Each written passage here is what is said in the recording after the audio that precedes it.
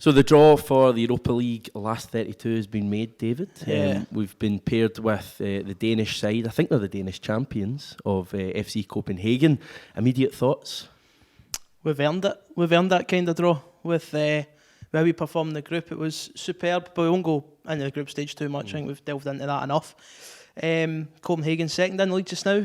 A fair few points. 7 points behind Midtjylland, Yep. who Rangers defeated very comfortably earlier on in the season. For me, that gives me a lot of hope. The fact that a Rangers team who we've already proven were better than this season thumped, I think it was 6-1 in aggregate or something against Midtjylland. It was a real doing anyway. I was a wee bit wary to compare it like that. Football though. doesn't work like that, does it? I mean, no, if it was that easy, the bookies would be all making no money and all that. So. Exactly. So we've got the first leg away from home. That's great. To have the second leg at Parkhead, I think we should be going there looking to win. And that's just pretty much based on what we've done so far in the group.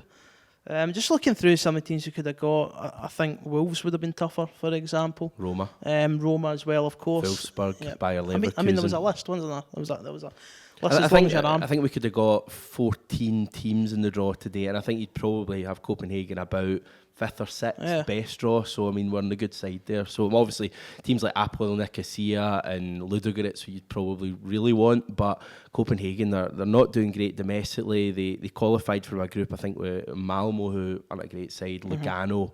And for the life of me, I can't remember. I think it was maybe Dynamo Kiev or someone like that as well. So not as strong a group as ours. So I mean, I asked you the question on the walk-in 5 minutes ago off air.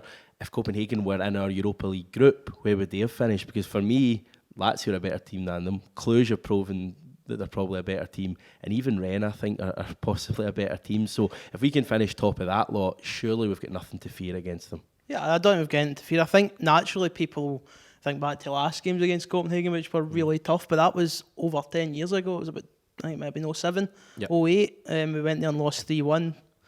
I mean, totally different side, obviously, now, and I think they've lost some of their pedigree, to be quite honest. So, I mean, it's great. We've earned the right to not have Salzburg and Ajax in the last 32.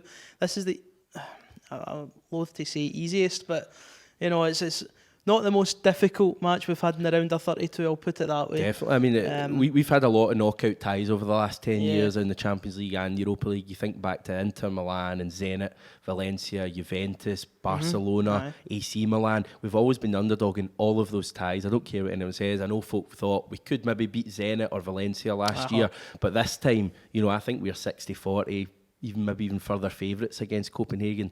It's all right for us to say that, though. A lot of fans, I think, sometimes think, we don't want to get ahead of ourselves, and I get all that. As long as the team aren't getting ahead of themselves, which I don't think they will be, I think it's fine for us to say, look, great draw, very winnable. Yeah, listen, you won't see Edward Brown and the rest of them jumping about going, yes, we've drawn Copenhagen, you know what I mean? They'll do their research on them. I'm sure Lennon will have a good look at them, and it'll be a really interesting game. Really, really keen to see how we do.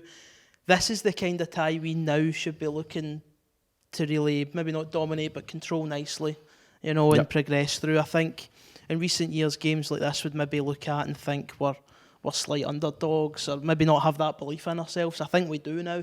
I think we have belief that we can win both games, home and away. And obviously having that little advantage of bringing the second leg back to Parkhead, I think will be crucial. It's a nice thing to fall back on, isn't it, having that second leg at home? Well, it is. I mean, if disaster strikes in Denmark and you lose, I don't know, let's say 2-0. Yeah, I mean, would you honestly bet against Celtic turn that around? I mean, you wouldn't. So agreed. Yeah, definitely. Alternatively, against Cluj, we had a good result away from home in the qualifying and then chucked at Parkhead, but I couldn't see that happening again. I think we're a better team and a more rounded team at that stage. As you often do after the draw, I pinged onto Wikipedia just to have a wee look at their squad. A few notable players that you may or may not have heard of. Victor Fischer used to play for Ajax. Nikolai Boylussen, the left back, who used to play for Ajax, Danish international. Brian Oviedo, remember him from Everton? He's Costa Rican, I think he's the same as Gamboa, and he's just about as quick as Gamboa.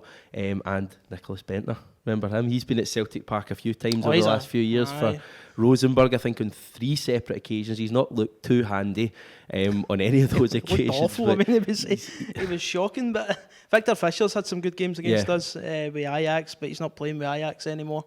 Like you said, some notable names in there. I don't think Brian Oviedo will strike fear into anyone at Parkhead.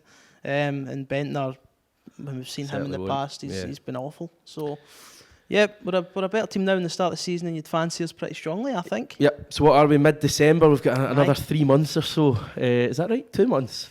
No, 2 months until February, middle of February. I think 20th of February, the first leg will be in Copenhagen with a return at Celtic Park a week later. So we will, of course, stating the obvious, it will have lots of build-up to that in the intervening months. We'll be chatting a lot about the players that could be playing in that game, the opposition, how big favourites we are, and we will, of course, have a real look at how Copenhagen get on over their next couple of months. I think they're a winter season, so they're possibly going to have a wee break or whatever, so that could obviously add another dynamic to the tie.